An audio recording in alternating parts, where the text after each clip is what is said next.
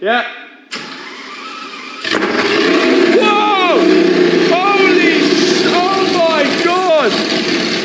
I nearly died. All right, welcome back. You've seen the intro, you know what we're doing. We are doing a reaction video to Matt Armstrong's beautiful fluoro green Lamborghini Murcielago.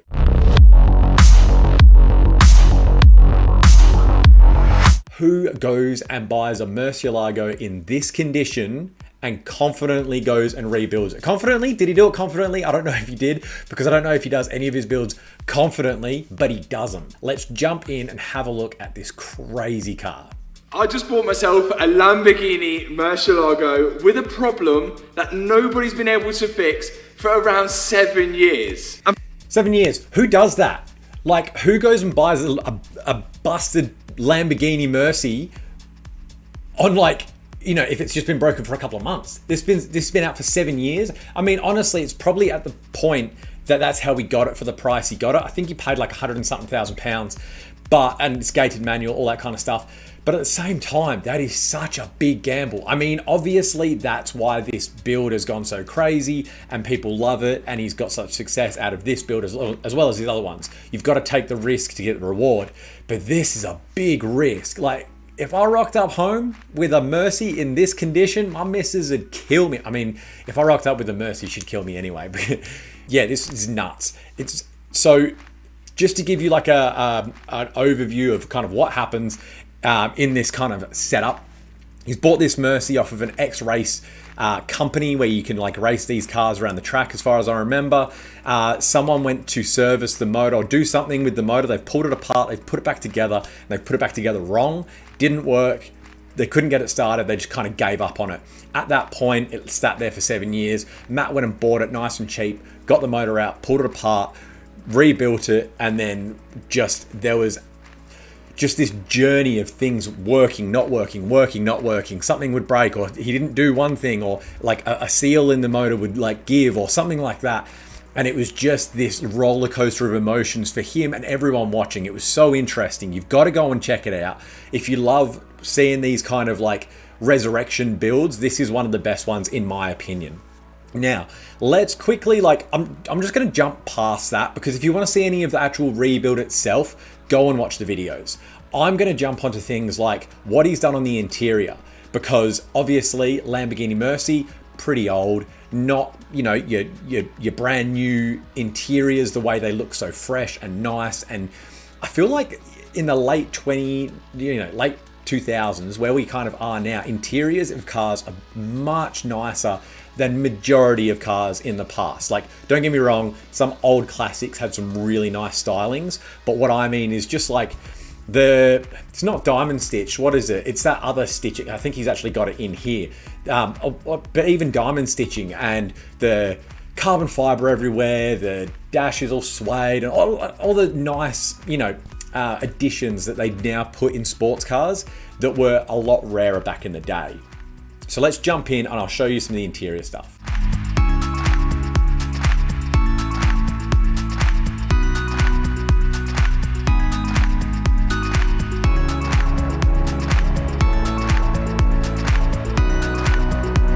How insanely good do these look? Yeah, insanely good. Like, literally night and day. It went from this horrible, like, look, I wasn't a big fan. I am a big fan of the Auto Salon era, but I'm not a big fan of the Auto Salon match the interior to the color of the car thing. It had a pink car, pink interior, pink dash, pink wheel, pink, Like, I like pink, but that's just too much of one color in one build. What he's done here, doing the full black interior with green stitching and green embroidery and things like that, that is classy, that's nice, it's tidy. This is just beautiful. I was incorrect, sorry. Tavares did the nice, it's not diamond stitching, it's another level. Let me know in the comments if you know what I'm talking about. It's like a hexagon, but not. I don't know what it is.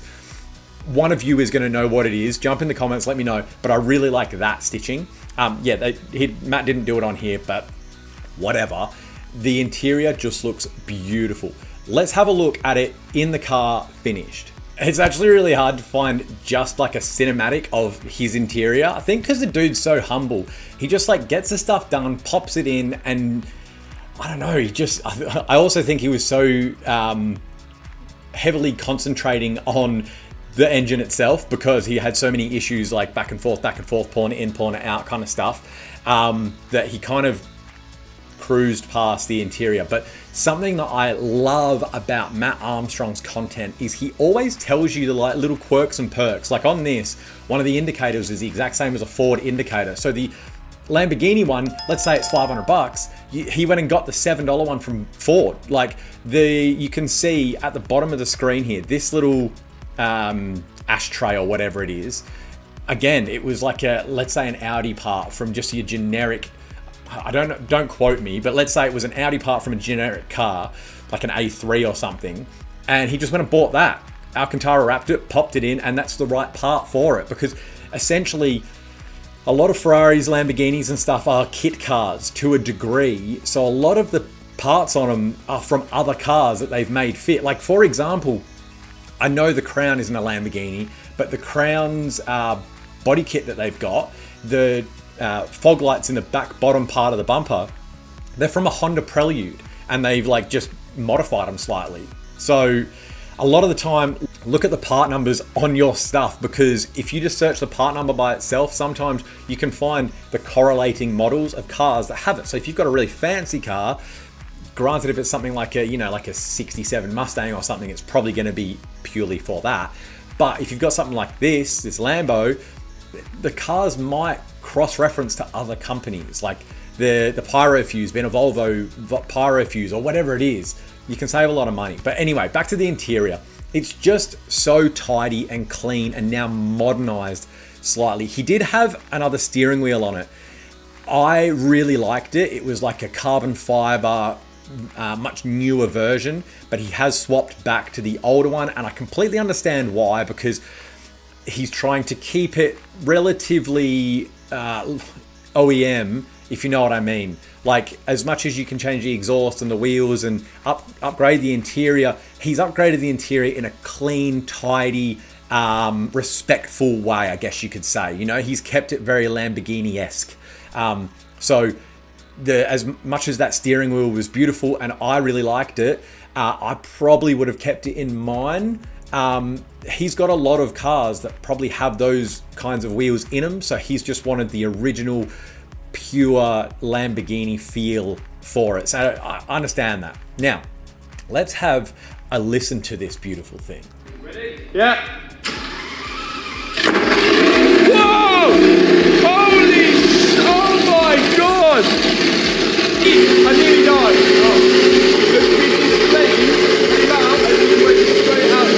It is loud or what?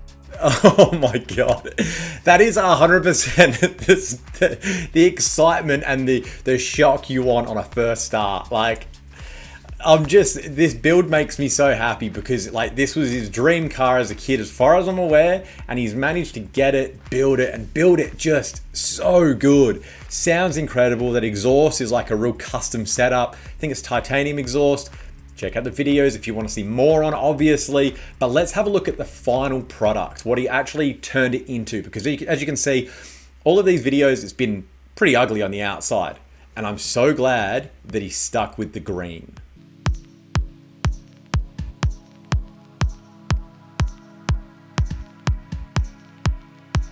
All right, look, and here is the final product.